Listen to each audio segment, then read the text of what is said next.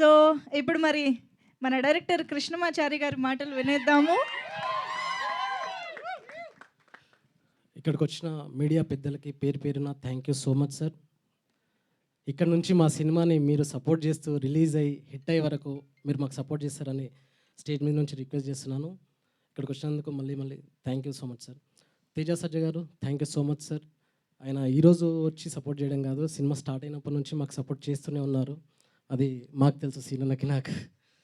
So any time ఎప్పుడు teaser release అయినా, song release అయినా ఫస్ట్ తేజ సజ్జ గారు, పూరి జగన్నాథ్ గారు, ప్రశాంత్ వర్మ గారు ముగ్గురు ఫస్ట్ పోస్ట్ చేసేస్తారు.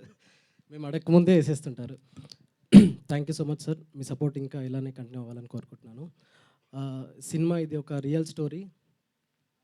దాన్ని చాలా రియలిస్టిక్గా చూపించాలని మేము డిసైడ్ అయ్యి రియలిస్టిక్ ఫిల్మ్ మేకింగ్ చేశామండి.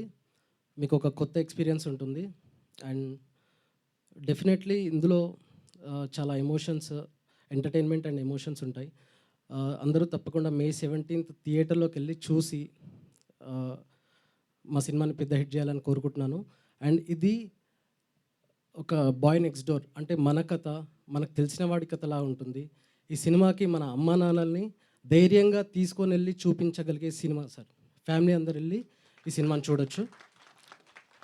ఈ మధ్యకాలంలో అమ్మా నాన్నల్ని మనం తీసుకొని వెళ్ళి చూపించే సినిమాలు చాలా తక్కువ వస్తున్నాయి. బట్ ఈ సినిమాని ప్రత్యేకంగా తప్పకుండా తీసుకొని వెళ్ళి చూడొచ్చు. Thank you so much.